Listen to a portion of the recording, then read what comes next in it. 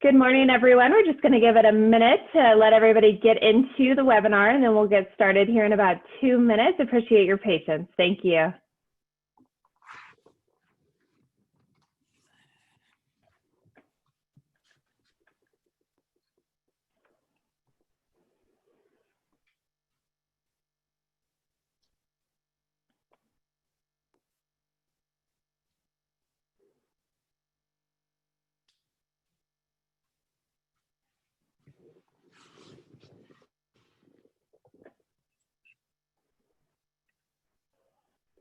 If you're just joining us, I'm just giving it 1 more minute to allow everybody to get into the webinar, and then we'll get started.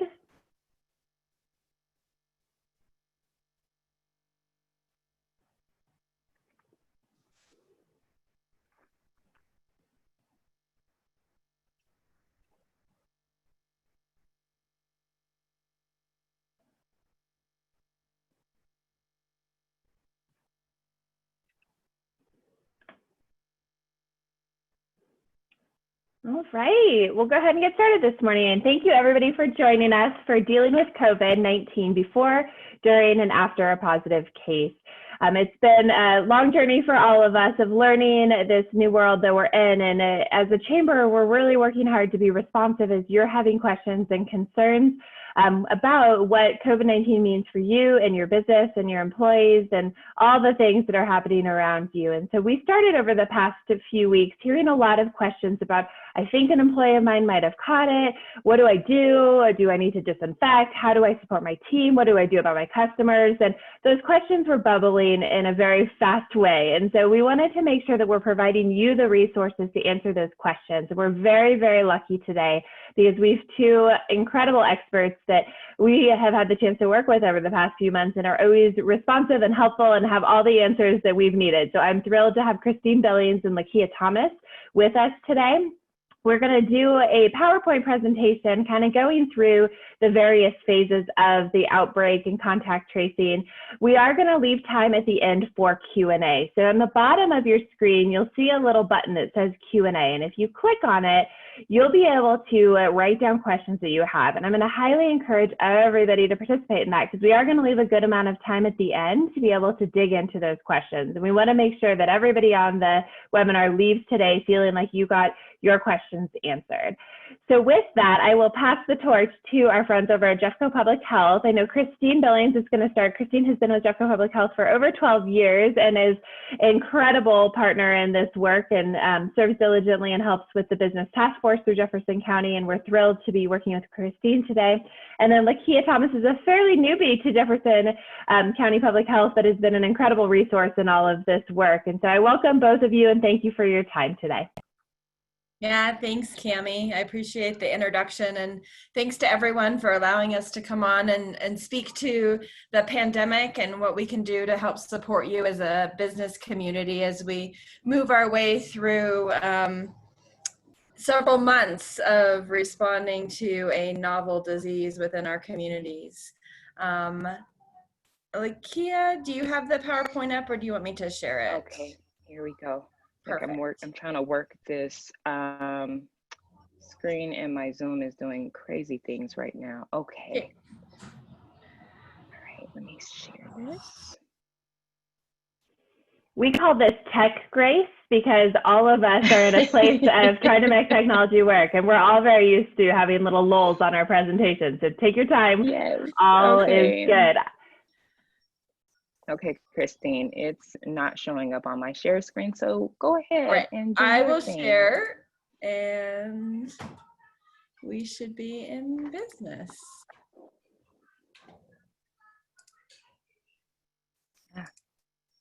All right, can you see my screen? Yours is better than mine. Okay, perfect. So again, thank you. I am just going to provide just a quick overview of where we are with the pandemic, some of our case counts, and some of the data and information that we have currently in place, and what we're seeing across the county. So I'm going to actually flip over to a different screen to our data dashboard that we have on the Jefferson County Public Health website. We have a whole page related to coronavirus and COVID-19. And if you click on this case summary button on our public health website, you'll be able to see lots of data related to the cases that we have in the community. As you've seen and probably heard, we have seen a distinct rise in the number of cases that we are responding to, really since about the 14th of June. We've just been on a steady increase in the number of cases. I do want to point out a couple things. There are two different graphs on this first page. One of them are cases by when they're reported to us. And if you scroll down, this is cases by when their symptoms started.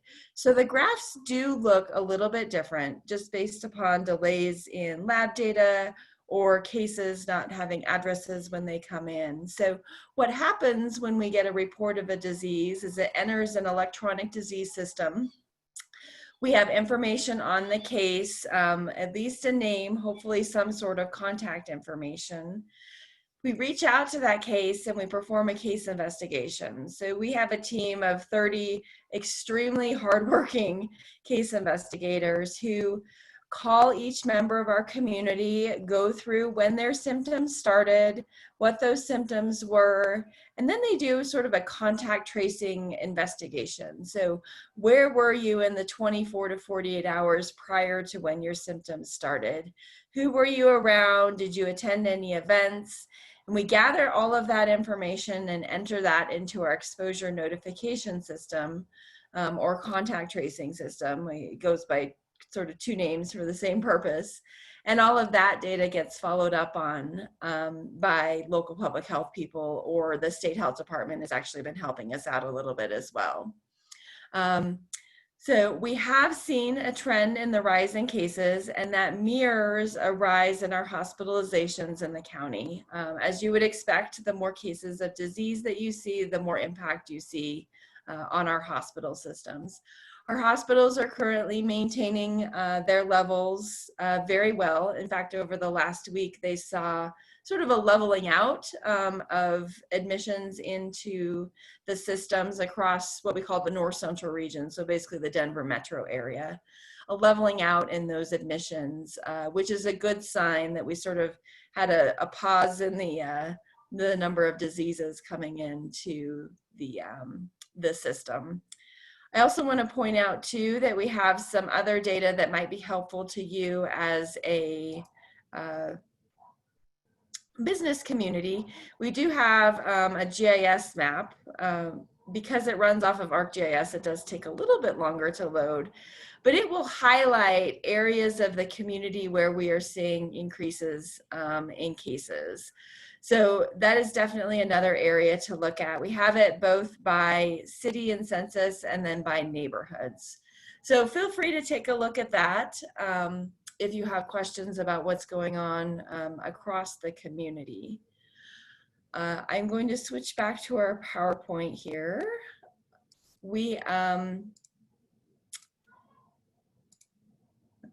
So other information that may be of use to you, Jefferson County Public Health has put into place a public health order that aligns with the governor's statewide mask mandate, but it also increases the masking across the community. We have put into place outdoor masking guidelines, and the sum and short of that is any chance that you have outside where you will not be at least 6 feet away from another individual who is not a part of your family unit, you are to have a mask on. So I know that several of our businesses have outdoor eating areas. The restaurant guidance would align very well with the new outdoor mask policy that you are to have the mask on at all points in time until you are seated. Then you can remove the mask to eat, and as soon as you rise from the table, go ahead and put that mask back on. So that is the latest. The governor keeps extending certain executive orders. Those are ones that are already in place related to certain telemedicine, access to resources, extending help for human services extending some economic related information across the state of Colorado. But I believe the mask one is the most recent and current, and the one we are getting certainly the most questions about in its current state. So I will certainly take questions at the end, because I know there will be several, and I'm going to turn it over to Lakia for the heart of this presentation. Okay, Christine, I'll just let you know when to change over. We can keep your slides up, though. Yours look much better than mine. So.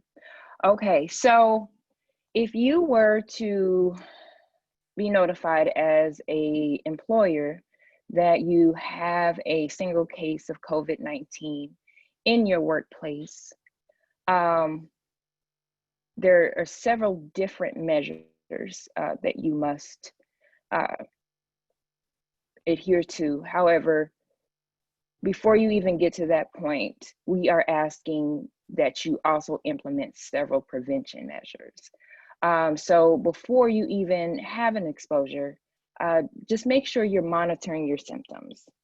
Symptoms usually appear between 2 and 14 days after an exposure has happened. And that could be within your workspace or even in the community right now. Our symptoms vary. Some are very mild, some are very severe, as we see. You have high and low fevers, you have shortness of breath, coughing, difficulty breathing, fatigue, body aches, headache, loss of smell or taste, sore throat, congestion or runny nose, nausea, vomiting, and diarrhea.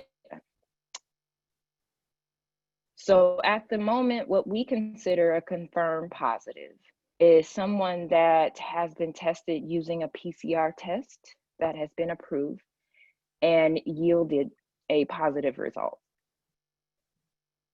Then you may also hear other terminology such as a probable.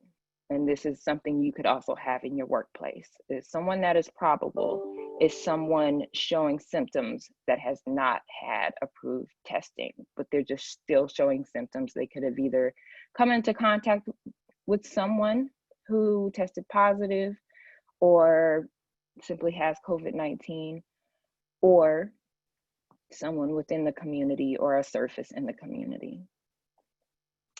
One way you can begin to monitor those symptoms in your workspace is using employee screening tools. One of the tools that we have been sending out within my team is an employee screening log.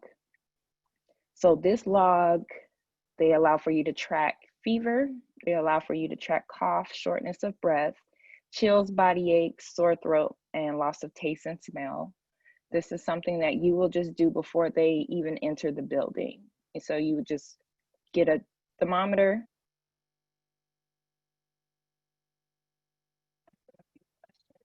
You can keep this log specific to that person. That way you can try and get ahead of the symptoms or the trend or even an outbreak that may occur in your workspace if you have a single case. Then we want you to make sure you are encouraging your employees to stay home. I know this is easier said than done. However, we're encouraging employees to report to their supervisor if they're feeling ill, or recommend staying home if they're experiencing symptoms, or send your employees home to quarantine or isolate if they've had a positive test. Encouraging employees to stay home sometimes can be very fearful, and that comes from the employee and the employer. Some people may not have the PTO, or they may be afraid to lose their jobs. We just encourage you to begin to have those conversations around sick leave and what your supportive policies are for them if they test positive, or even develop symptoms or were exposed. The employer can make a sound decision and you can feel comfortable, and your employee can feel comfortable with the unknowns that come along with all of this. So we really, really, really encourage you to have those conversations about what that stay at home may look like if something were to happen. Of course, once again, we're encouraging the use of face coverings, cloth masks, whatever mask. I think we've seen a wide range of what these face coverings look like and what can be. We see the plastic masks, we see the basic cloth mask, we see the, I don't even know what the other one is called, with the two things sitting on your face. We are encouraging those. So what we consider close contact right now, and Christine kind of touched on this, is close contact is defined as being within 6 feet for at least a period of 10 minutes to 30 minutes or more consistently, depending on the exposure. Jeffco, of course, we have our public health orders that we are highly, highly recommending that you practice at all times. As you said, if you go in restaurants, you know, that is a moment where you can take off your mask, but if you are within the stores or your employees or just within the workspace, figure out what that looks like. Every situation is very, very unique. So a few examples that we have seen, you have an employee working outside and the contact is very, very limited to other people. That is a situation where you may consider, okay, you don't need a mask while you're working. But if you have an employee and they're having to work closer than 6 feet of each other, that is definitely a situation where you need to make sure all masks are donned at all times. But this is also an opportunity for you to contact Jeffco, and if you have any questions, we can filter out any situation and figure out the best solution for you. Last, we want to make sure you are disinfecting your surfaces. So performing routine cleaning and disinfecting as much as possible. So if you just have surfaces that are frequently touched, you have high traffic areas, those surfaces are recommended to be disinfected. Even if you have a dirty surface, that's where the cleaning process comes in. Make sure you clean that with soap and water and then disinfect.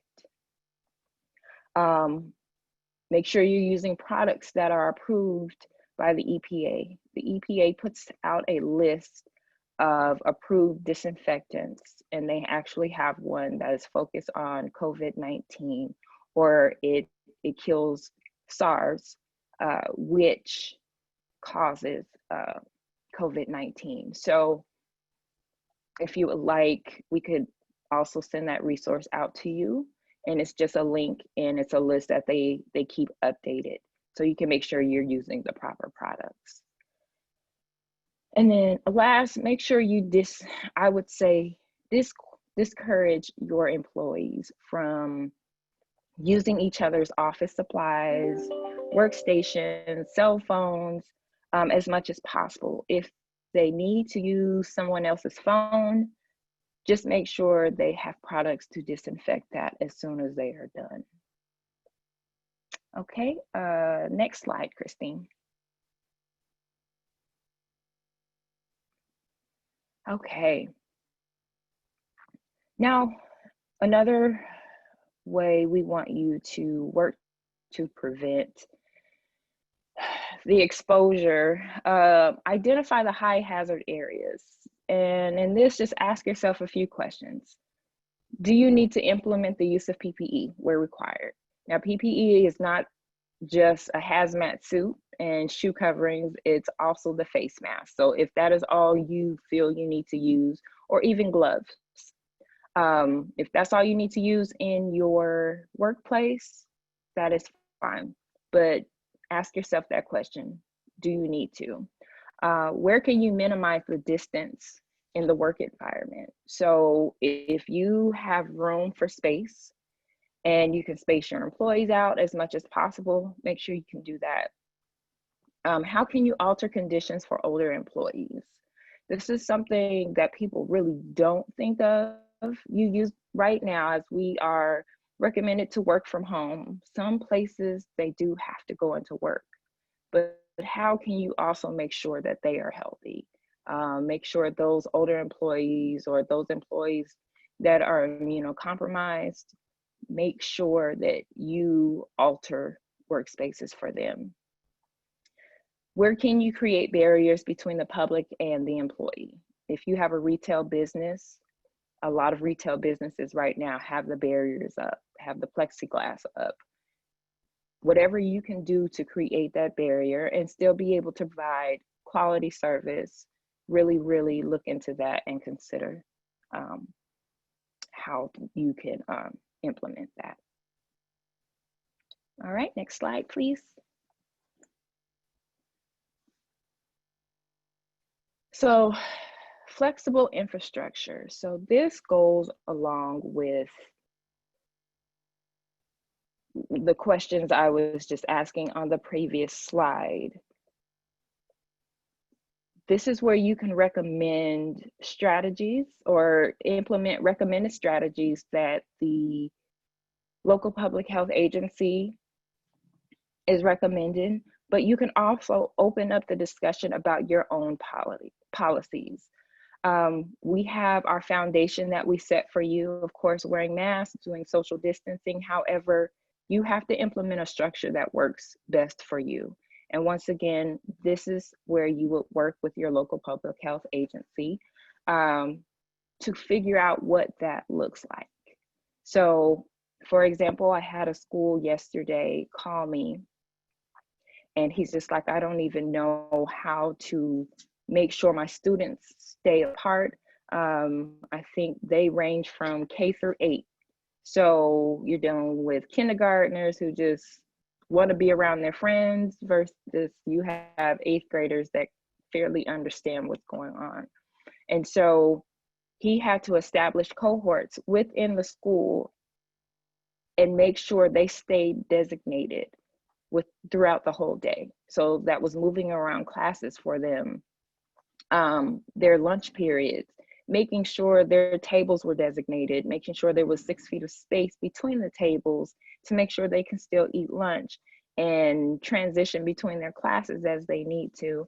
So that was something we were able to sit and outline and figure out for him because it worked best for him.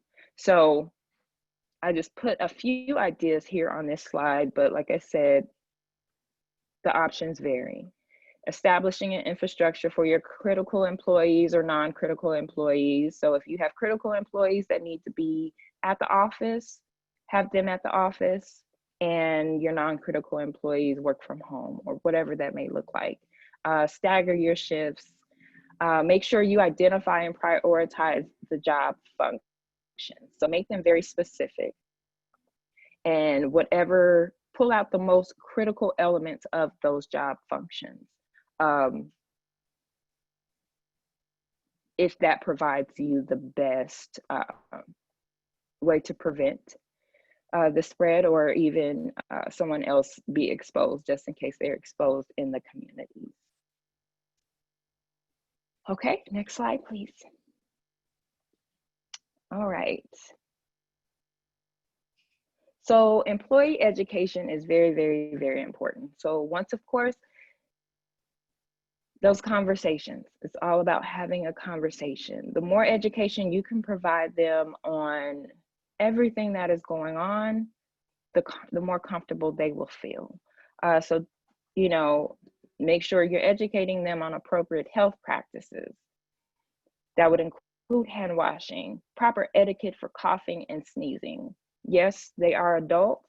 However, there are times you do need to teach them, this is how we prefer you to handle a cough or a sneeze, or can you simply go get a piece of tissue and cover your mouth, or wear gloves, or whatever the case may be, whatever you want that to look like. Avoid touching areas.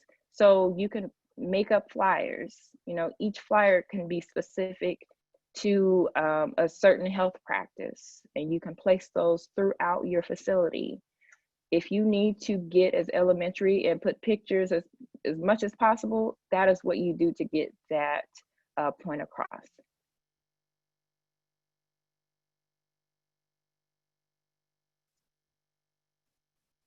Outlining, this is how you may make up a bleach solution. This is what surface you touch, or this is the surface that you disinfect. This is the surface that you shouldn't. Once again, walking through that education with them. If you need to hold their hand, do a sit down, do a group training, whatever you need to do. Just make sure you are as clear as possible. Make sure you're very clear on social distancing. But another thing I do recommend is make sure you're very clear on what social distancing looks like. Yes, of course, don't really hold their hand. Just wear gloves if you do that. Thank you. Be very, very clear on what social distancing looks like for you, and how do you have your employees enforce that. Not everybody is okay with telling a customer, you need to social distance, because as we know, people are just very tense, right?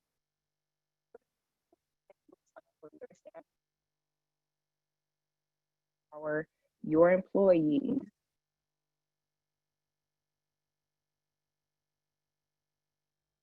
How do you help them enforce it?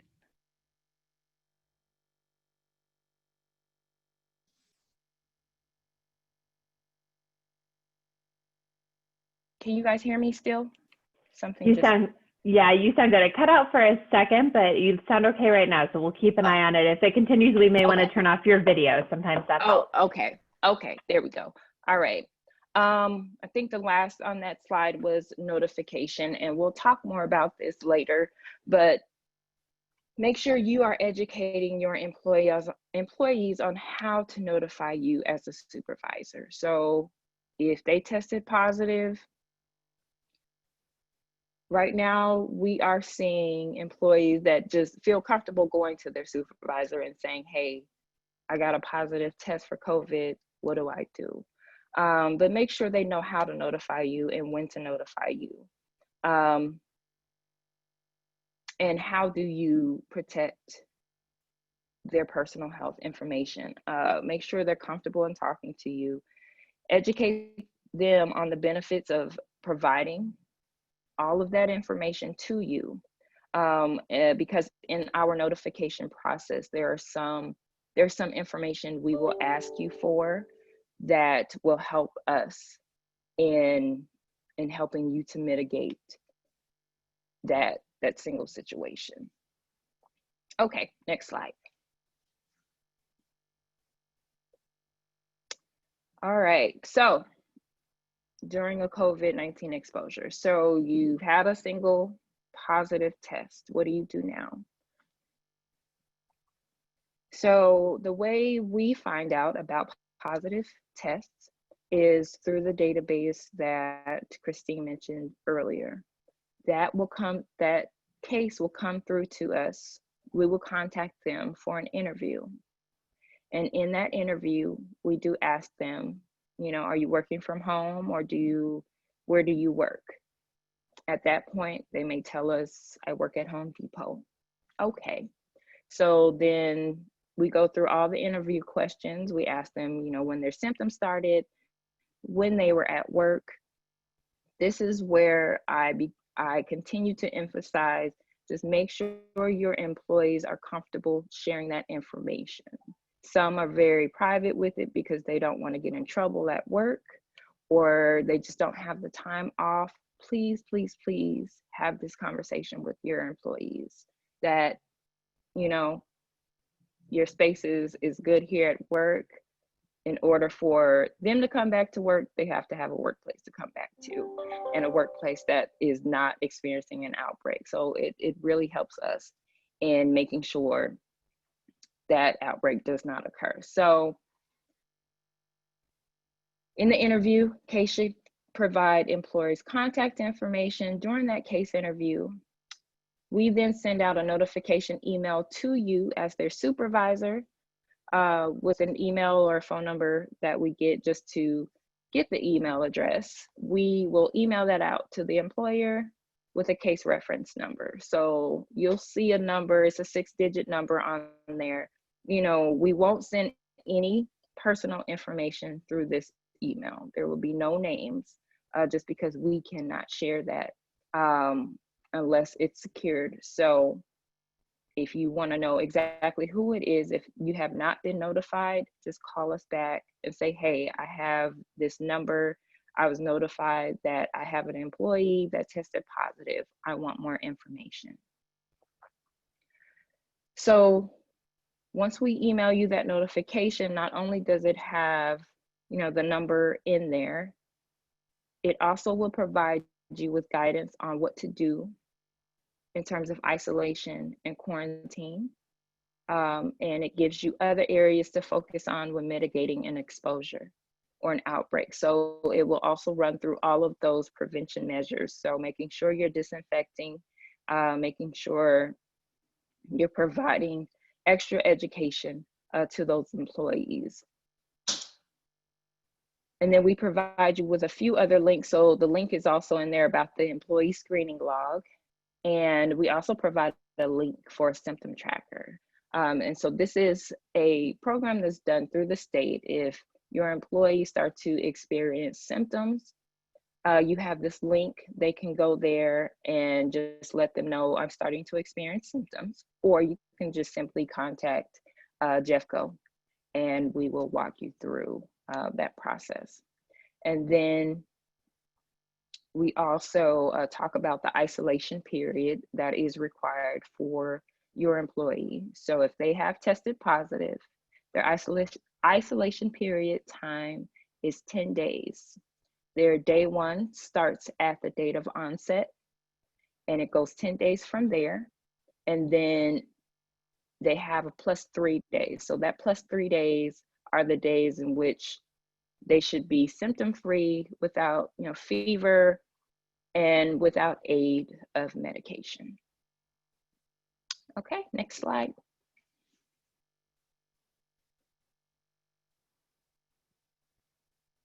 All right, so now that we have opened back up, we are now getting more customer cases that were customers at stores or retail stores, restaurants, whatever the case may be. So if you do have a customer that has come into your establishment, we will still notify you. We'll get all the information and we'll collect it during the case interview, but we unfortunately cannot provide their name, okay? From you, we just ask you start to look at what quarantine may look like for those employees that were exposed, okay? So quarantine requirements may look a little bit different. Usually, yes, it's 14 days from the date of exposure. However,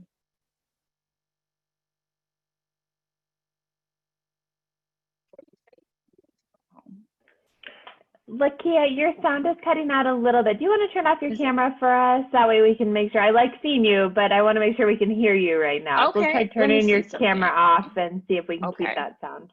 Wait, I may actually have another way here. Hold on. Oh.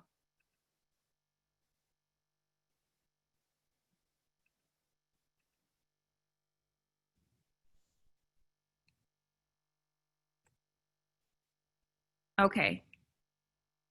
Is that better? You sound great for now. Thank you. Perfect. Okay. I forgot where I left off. Oh, quarantine. So the 14 days, but please consider certain factors. So if your employees were wearing face masks, think about that level of exposure. If you had barriers put up in front of, between the customer and the employee, that's another risk factor. Social distancing was happening. So, you know, some businesses may have a rope that goes in front of the register. to keep the social distance, and they have that additional barrier. So if you have all those things in place and you feel all of that was actually in practice, then it may be a situation where you can simply monitor symptoms. But if you know the situation looked a lot different, then yes, then you can ask them to quarantine at that time for the 14 days. But once again, contact your local public health agency and you guys could work through that situation as well. Okay, next slide. Okay, so additional precautions. In those situations where you do have a single case at your workplace, after the notification, we will then ask you to determine which employees have been in contact with that positive or that exposed person. That is where you can begin to evaluate what you need to do, what your next steps are. It's a given that that positive is going to isolate, but if somebody were exposed, that may look a lot different, as I just explained in the quarantine requirements. Also make sure you are disinfecting your surfaces. So we have these 3 simple steps over here on this image on the slide, just making sure you're cleaning and disinfecting those high touch surfaces. You're cleaning up your surfaces that were touched often, the railings, high traffic areas, throwing trash away, disinfecting surfaces, and it kind of gives you a little recipe on how to make up your own disinfectant using bleach. And then making sure you're washing your hands for at least 20 seconds. And you're using a disposable towel as well. I know we all have the cloth towels at home, but paper towels are recommended. Okay, next slide.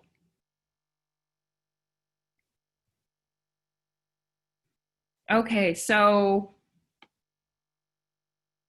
if there is a situation where we don't first hear about the single case that you have at your workplace, it is recommended you contact us. Okay, so you can simply call us and we can put the number, or Christine, if you can put the number in the chat for them, just so they have that available. Contact us. They will send us an email saying such and such Jim has a business and he's been notified that he has an employee that tested positive. Can you please call to advise? We will then contact you and we will work through the next steps and the process, provide you with as much guidance as you need. And that is an ongoing process. It does not just stop there. So just having those conversations, if you feel like you need to call every week just to update or even ask any questions, that number is for you. What are businesses supposed to do to notify other employees or the public? So if you have a small customer base, and you have their email addresses, or if you just so happen to have very personal relationships with your other customers, you're more than welcome to notify them. Now, when it comes to the employees, you can notify them that they have been exposed. 9 times out of 10, they will know. But in terms of sharing the name, that is something, unfortunately, you cannot do because that is considered personal health information and it goes against HIPAA. So you're not able to provide that name. You can just say someone you were in close contact with on this date tested positive. Next slide. Okay. Christine, did you want to talk about the testing? Because if you do, I can leave that for the last bullet or. Yeah, I can talk about the testing. So if you want to keep going, and then I can loop back around to that. Okay. So returning to work, well, what does that look like for your employees? Once they are done with their isolation time and their symptoms have resolved, they are able to come back to work. There are general guidelines that the CDC has posted saying, you have 10 days based off of your symptoms, if your symptoms have resolved. Now, there's another way or another option that people were using prior to, I believe it's the 20th of July. It was the testing strategy. That is not recommended. So typically some employees are asking their employees to go out and be tested again, and just to make sure they are negative. Unfortunately, as the employer, you should not do that. You should just go off the symptom strategy and wait until they meet the criteria to discontinue isolation. Okay. Last, just continue prevention efforts. Those 6 things that we discussed at the beginning of the presentation, just making sure you are continuing those efforts and they are ongoing. If you feel like you need to implement something else, once again, contact us and we can walk through that with you. Okay, Christine, I'll let you take over for testing.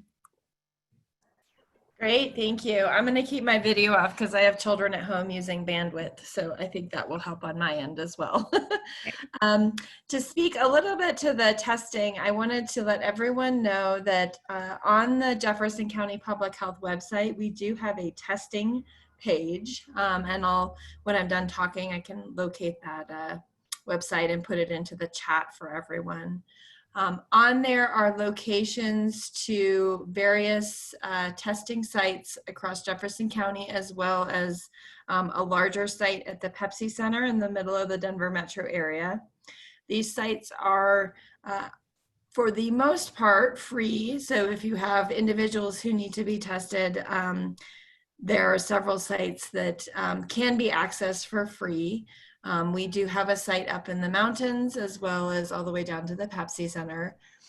Stride Community Health Clinic is going to be continuing running their drive-through testing site at the Jefferson County Stadium. So that is one location where you can receive tests. I believe you heard Lakia mention that we are looking to have everyone do the PCR test. That test actually looks for bits of RNA within your secretions out of your nasal passages. And what that does, they take a swab and they run it through a specialized testing machine and look for the RNA of the virus.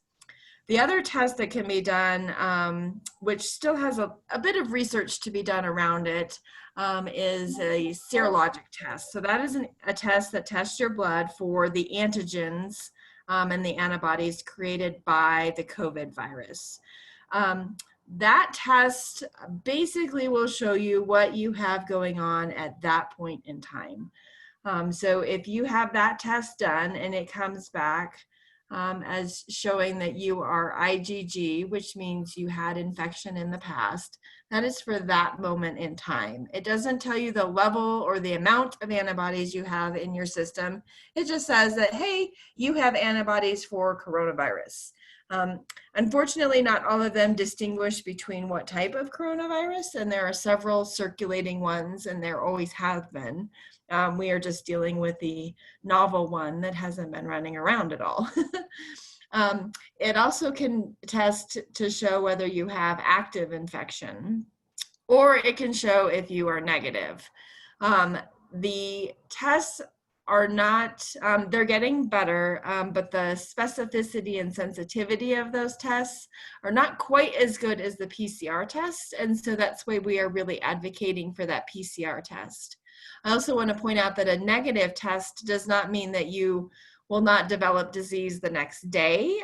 You could have been exposed and you just haven't quite created enough antibodies in your blood system to show that you have an active infection. So definitely keep in mind the different testing, where you can access it, and that there are free sites that can be accessed for those that may need additional resources.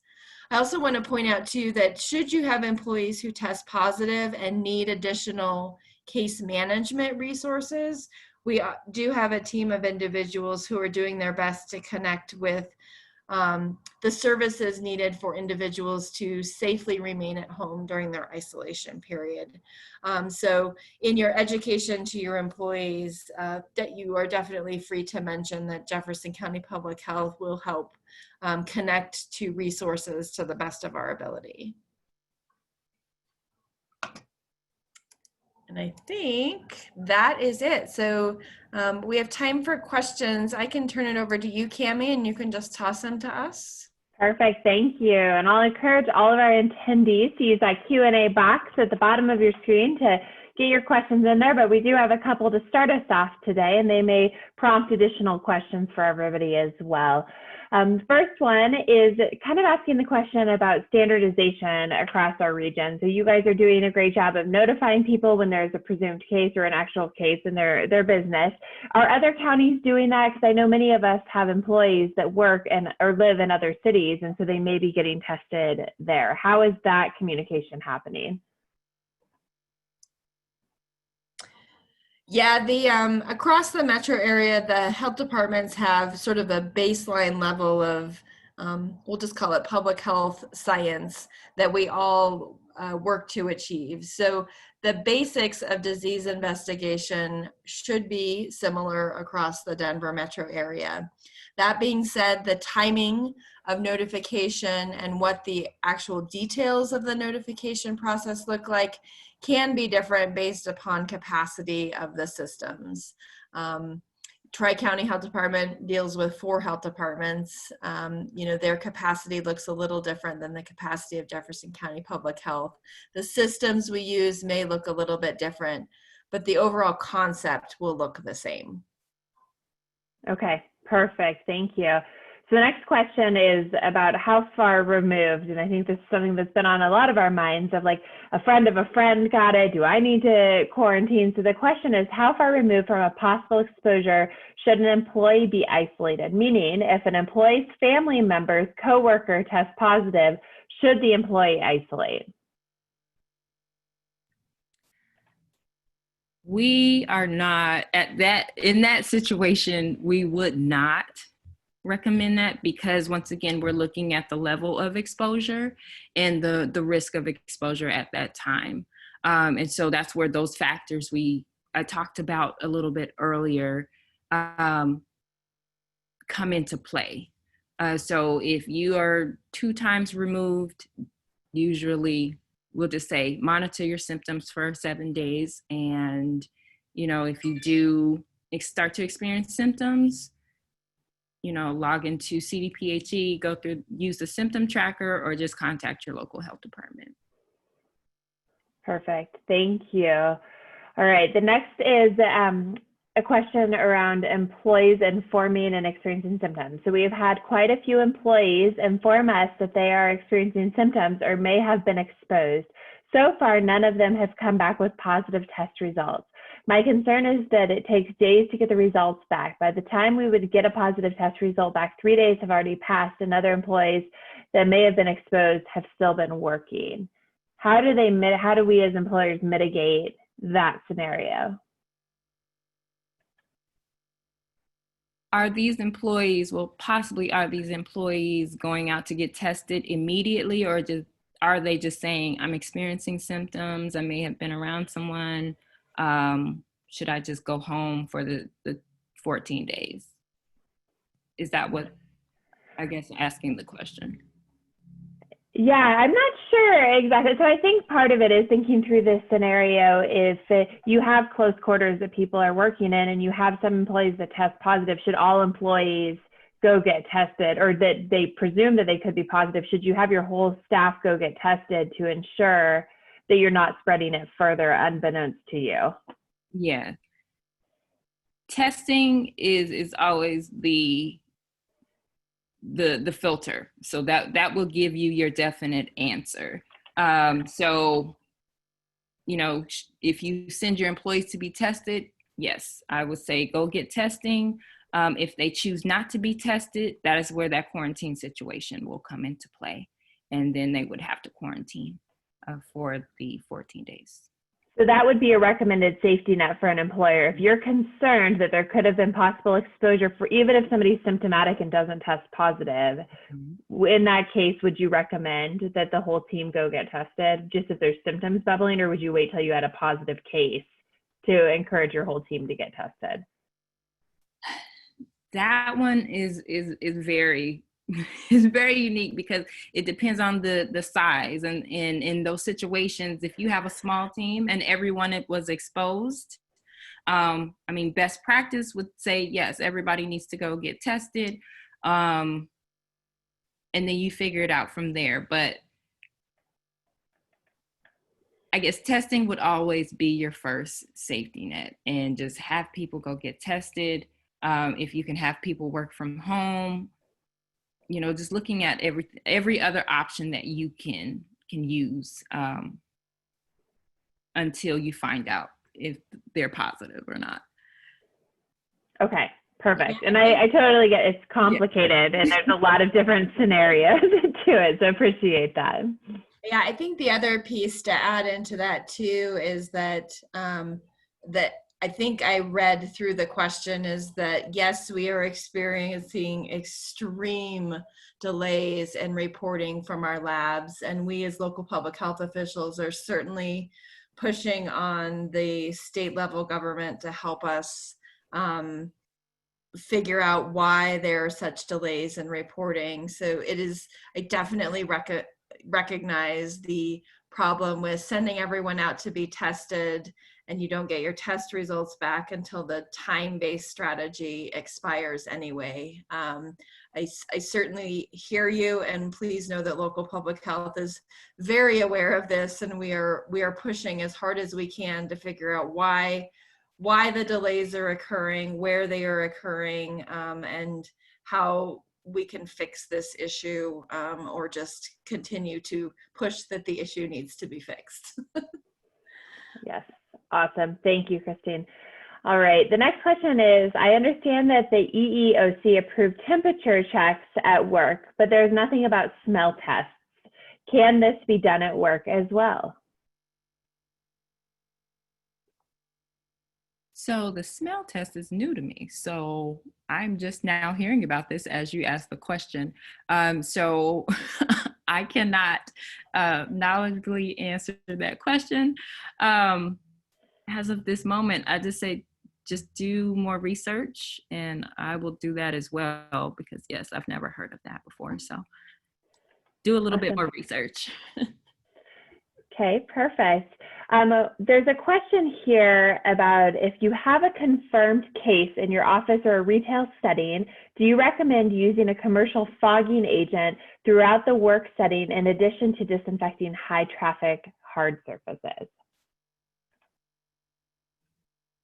So I have heard of the fogging agents being used, but when they are used, it's used while the business is shut down. So like over the weekend, they have used those. Now I don't know how good they are or how bad they are.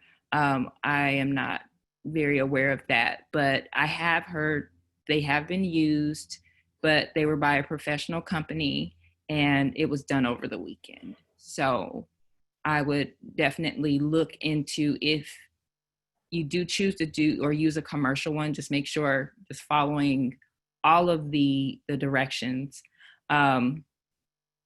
that and the manufacturer's label and their directions, just to make sure you're using that correctly. Perfect. Thank you, Lakia. And I will note that we do, through the Chamber, have a couple members that do offer that service. So if anybody's interested in that, we're happy to get you those companies' information. The next question is regarding the employee screening log. Can this be a self-filled out form sent to employees via text before every shift?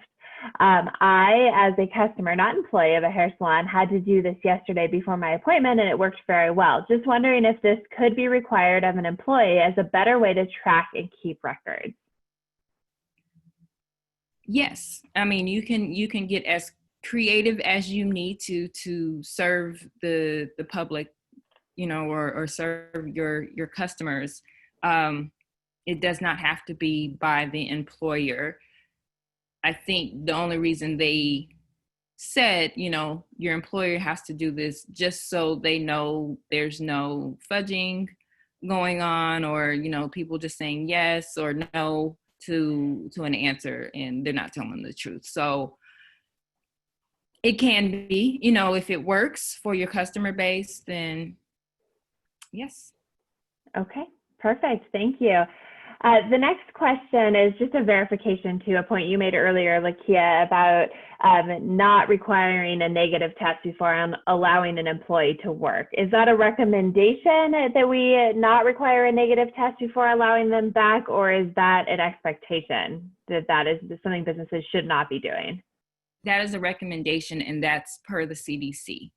Okay. So the Perfect. CDC is, and I gave the date of July 20th. That is when they made those changes to say, we are not recommending that you do a negative test for employees to return home because symptoms may still be present, you know. So yeah, that is a recommendation. Okay, thank you. And then this was a question that we kind of answered earlier, but we'll ask for a more direct kind of answer. What has the communication looked like between health departments? How much collaboration is happening amongst all of you throughout the region? Yeah, I can speak to this one. So each health department has an emergency preparedness program similar to the program that Jefferson County Public Health has. And we have a long-standing history of interacting together.